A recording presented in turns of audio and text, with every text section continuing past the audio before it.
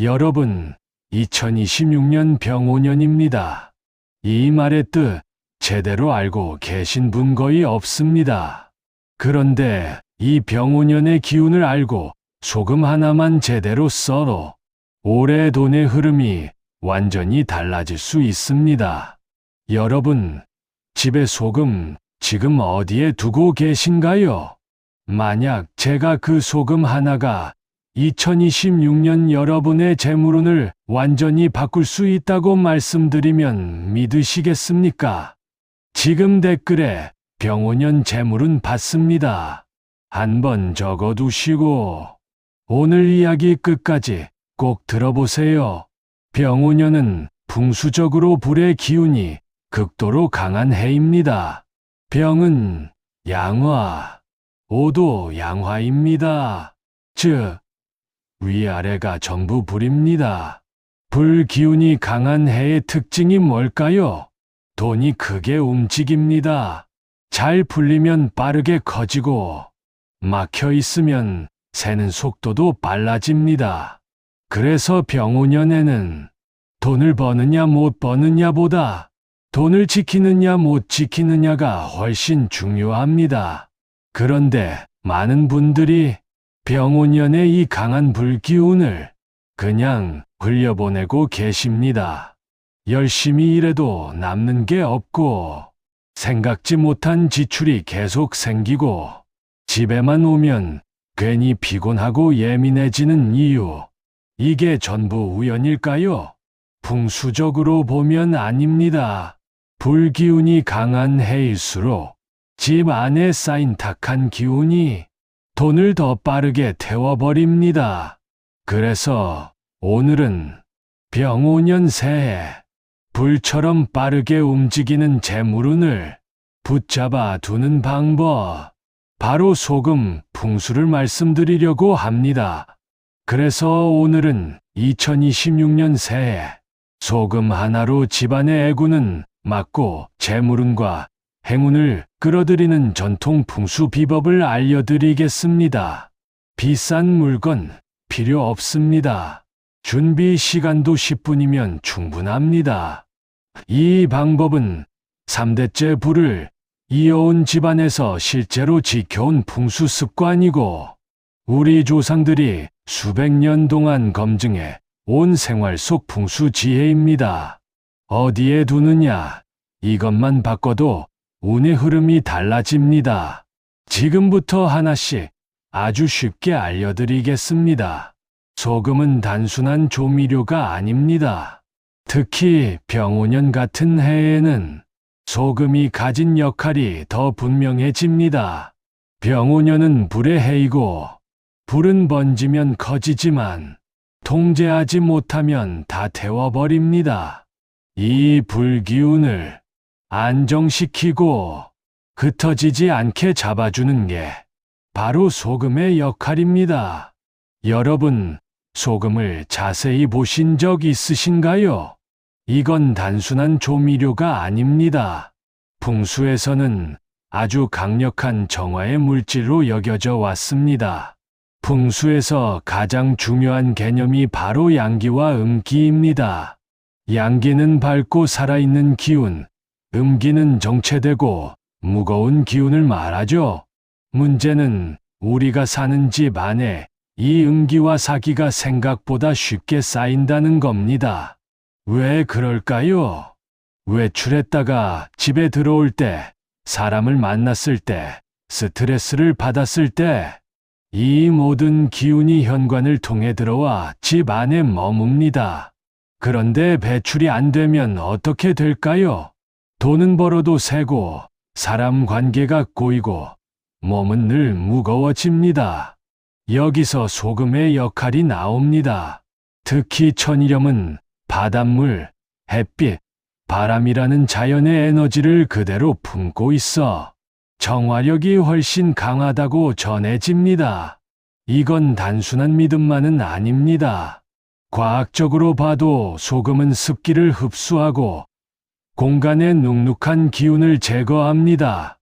습기가 줄어들면 냄새, 곰팡이, 탁한 공기가 함께 사라지죠. 풍수에서는 이걸 기운이 맑아진다고 표현합니다.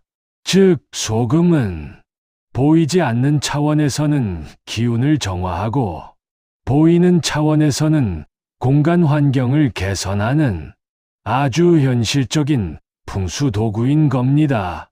자, 그럼 이제부터 준비 단계입니다.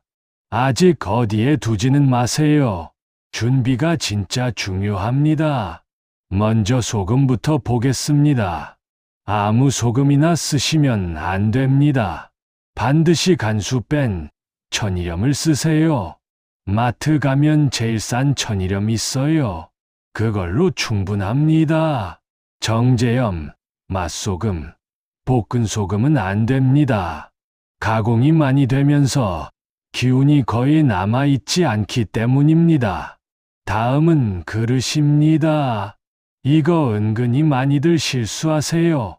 플라스틱 통, 스테인리스 그릇 쓰시는 분들 많은데 이건 절대 아닙니다. 기운이 막히거나 튕겨나가서 오히려 안 좋아요. 가장 좋은 건 도자기 항아리나 옹기입니다. 숨 쉬는 재질이라 소금이 역할을 제대로 합니다. 크기는 밥공기 정도면 충분합니다. 큰 거 필요 없습니다. 그 다음은 항아리 준비입니다. 새 거든 헌 거든 상관없어요. 깨끗이 씻고 완전히 말려주세요.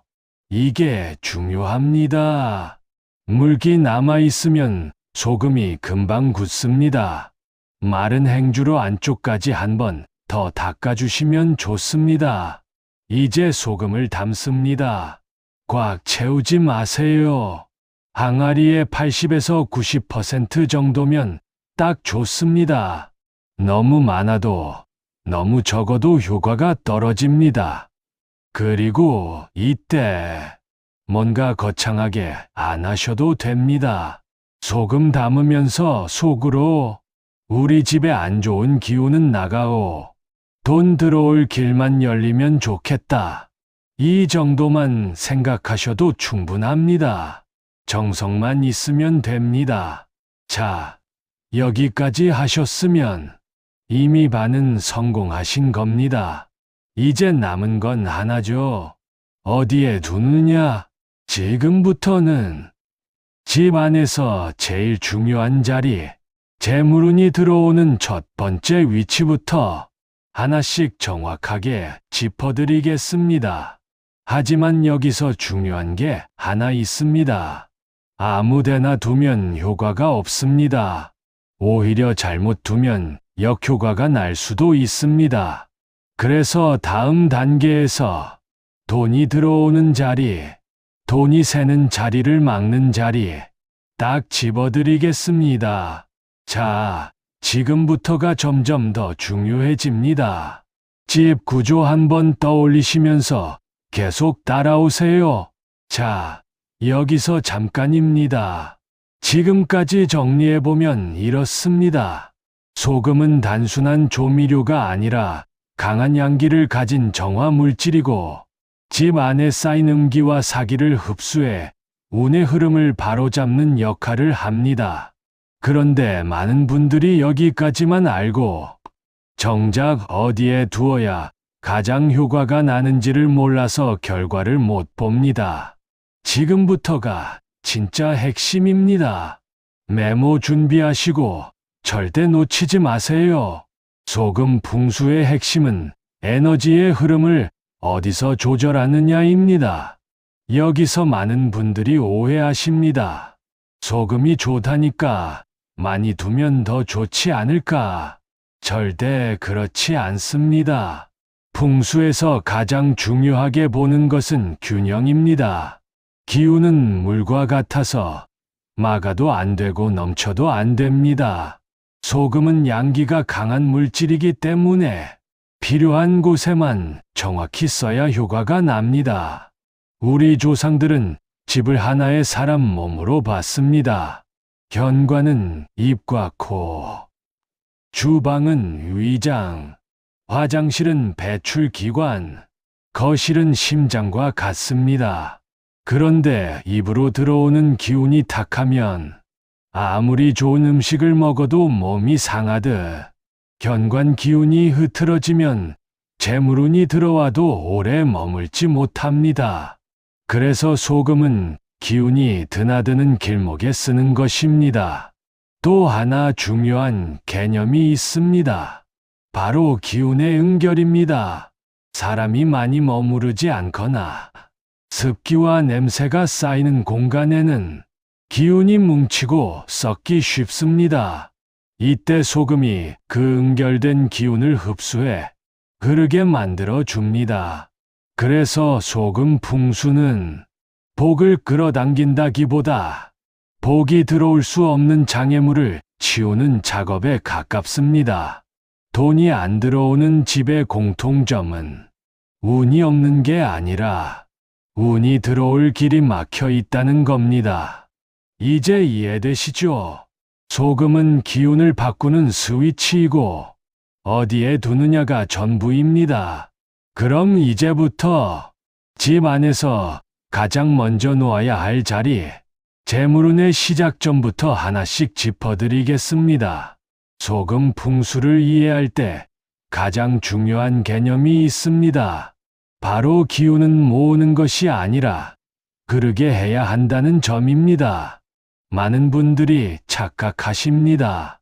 재물운이 없어서 돈이 안 모인다고 생각하시죠? 하지만 풍수적으로 보면 대부분의 집은 재물이 들어오지 못하는 게 아니라 들어와도 바로 빠져나가는 구조입니다. 그 이유가 뭘까요? 집 안 곳곳에 쌓인 음기와 탁한 기운이 보이지 않는 벽처럼 운의 흐름을 막고 있기 때문입니다. 이때 소금이 하는 역할은 분명합니다. 소금은 강한 양기를 가진 물질로서 정체된 기운을 흡수하고 막힌 흐름을 다시 열어주는 역할을 합니다. 우리 조상들은 이것을 기운의 숨통을 튼다고 표현했습니다. 특히 사람이 자주 드나들고 물과 습기가 많은 공간은 기운이 쉽게 무거워집니다. 그 상태가 오래되면 돈 문제, 건강 문제, 인간관계 문제로 이어질 수 있습니다. 그래서 소금 풍수는 운을 억지로 끌어당기는 방법이 아닙니다. 이미 들어오려는 운이 제대로 머물 수 있게 길을 정리하는 과정입니다. 이 원리를 이해하셔야 왜 어떤 자리에 두어야 하고 왜 어떤 자리는 절대 피해야 하는지 자연스럽게 납득이 됩니다. 이제부터는 이론이 아니라 바로 실생활에 적용할 차례입니다. 가장 먼저 재물운의 문이 되는 그 장소부터 알려드리겠습니다. 첫 번째, 현관입니다. 병운년에는 현관이 더 중요합니다. 왜냐하면 불기운이 강한 해는 사람 기운도 밖의 기운도 훨씬 거칠고 빠르게 들어옵니다. 현관은 집 기운의 첫 관문이에요. 여기가 흐트러지면 어떤 일이 생기냐면요. 돈이 들어와도 오래 머물지 못하고 계획했던 일도 자꾸 변수가 생기고 집에 들어오는 순간부터 마음이 들떠서 지출도 충동적으로 나가는 경우가 많아집니다. 현관에 소금을 두는 이유는 밖에서 들어오는 복잡한 기운을 집 안으로 들이기 전에 한번 걸러주는 필터 역할을 하기 때문입니다. 위치는 문 열었을 때 보이는 안쪽, 왼쪽이나 오른쪽, 구석, 신발장 위나 선반 위처럼 바닥보다 살짝 높은 곳이 좋습니다. 왜 바닥보다 위가 좋냐면 바닥은 기운이 가장 무겁게 깔리는 곳이라 소금이 너무 빨리 탁해질 수 있어요. 조금 올려두면 정화가 더 안정적으로 됩니다.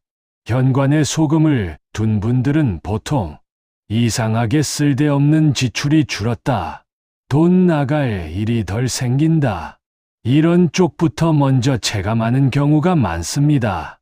병오년에는 특히요, 불기운이 지출을 키우기 쉬운 해라서 이 변화가 더 빨리 보일 수 있습니다. 두 번째, 주방입니다. 주방은 원래도 재물과 연결된 공간인데 병오년에는 더 민감해집니다. 주방은 불화와 물수이 같이 있는 공간이죠. 불기운이 강한 병오년엔 이 충돌이 더 커질 수 있습니다. 그러면 어떤 형태로 나타나냐면요. 가족이 예민해지고 말이 날카로워지고 계획에 없던 지출이 자꾸 생기는 식으로 나타납니다. 주방에 소금을 두는 이유는 이 충돌을 막아버리는 게 아니라 과열된 흐름을 진정시키고 정돈해 주는 겁니다. 위치는 싱크대 옆 선반, 조리대 끝 모서리, 수납장 위가 좋습니다. 중요한 건 식탁 위에는 절대 두지 마세요.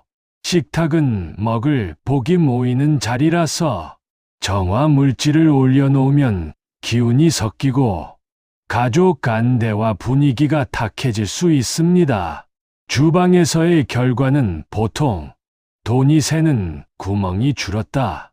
장보기, 배달, 잔돈 지출이 확 줄었다. 이런 식으로 체감하시는 분들이 많습니다. 병오년엔 이런 누수가 더 커지기 쉬우니까 효과가 더 잘 느껴질 수 있어요. 세 번째, 화장실입니다. 화장실은 풍수에서 가장 대표적인 기운의 누수 통로입니다.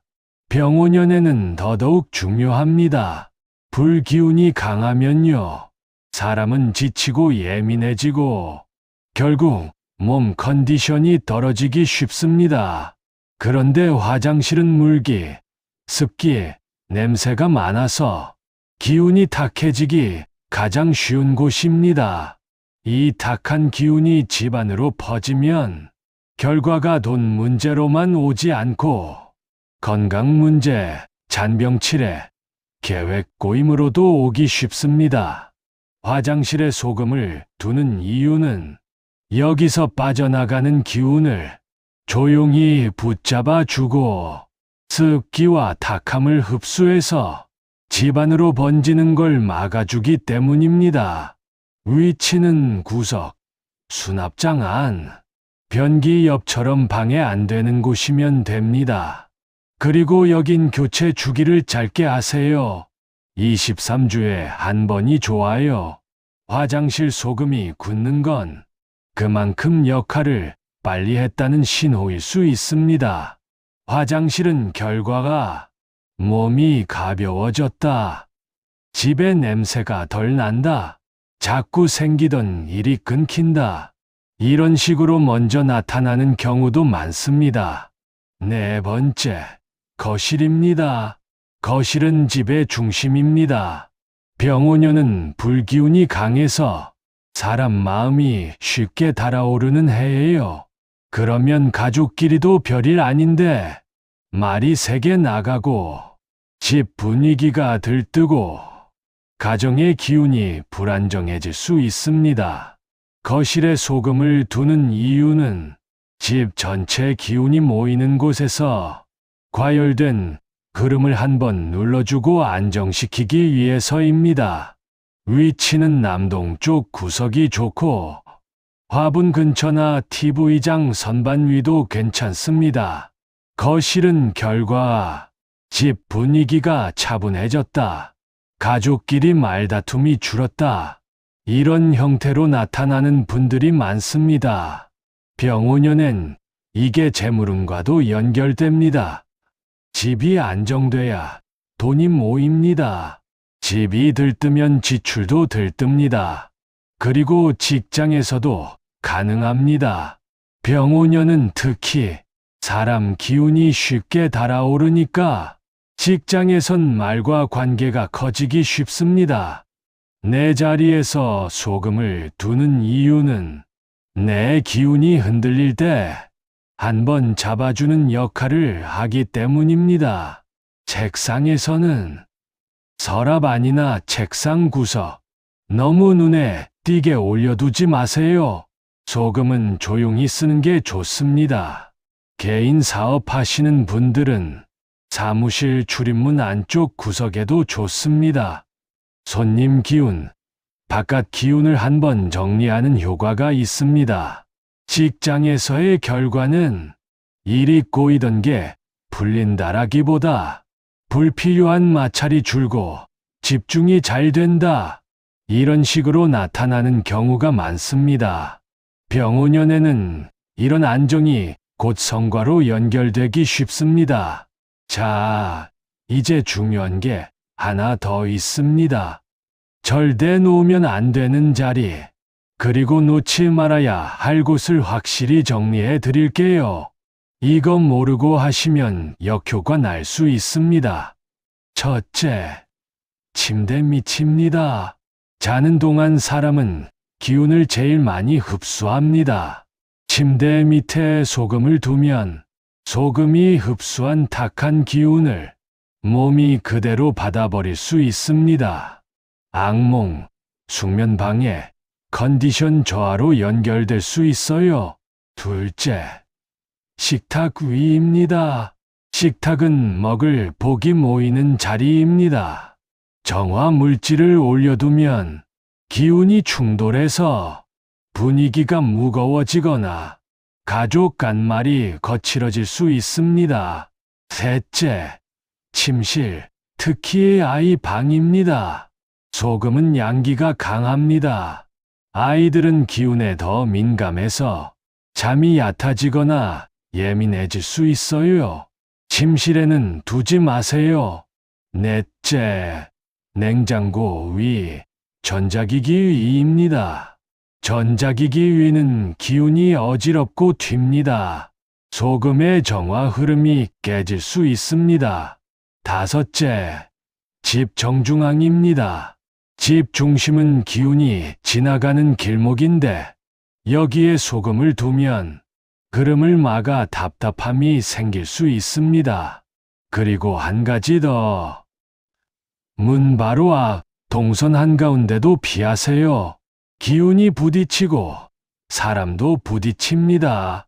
소금은 길을 트는 용도지 길을 막는 용도가 아닙니다. 이제 정리하겠습니다.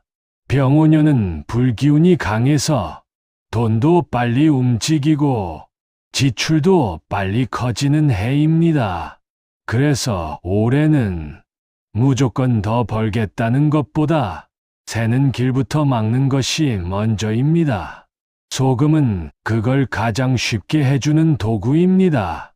현관에서 걸러주고, 주방에서 과열을 정리하고, 화장실에서 누수를 막고, 거실에서 집 기운을 안정시키는 것. 이 흐름이 잡히면 재물은 들어오는 것보다 머무는 것이 먼저 시작됩니다. 2026년 병오년, 소금 하나오. 현관부터 정리해보세요. 2026년 새해, 거창한 목표부터 세우지 마세요. 오늘이나 내일, 소금 하나 준비해서 현관부터 정리해보시기 바랍니다. 작은 변화지만 그 작은 차이가 1년의 흐름을 완전히 다르게 만들 수도 있습니다. 댓글에 병오년 재물은 받습니다다 한번 적어주시고요. 도움되셨다면 구독과 좋아요도 부탁드립니다. 여러분의 집에 불처럼 타버리는 지출이 아니라 불처럼 살아있는 재물운이 오래 머물기를 진심으로 기원합니다.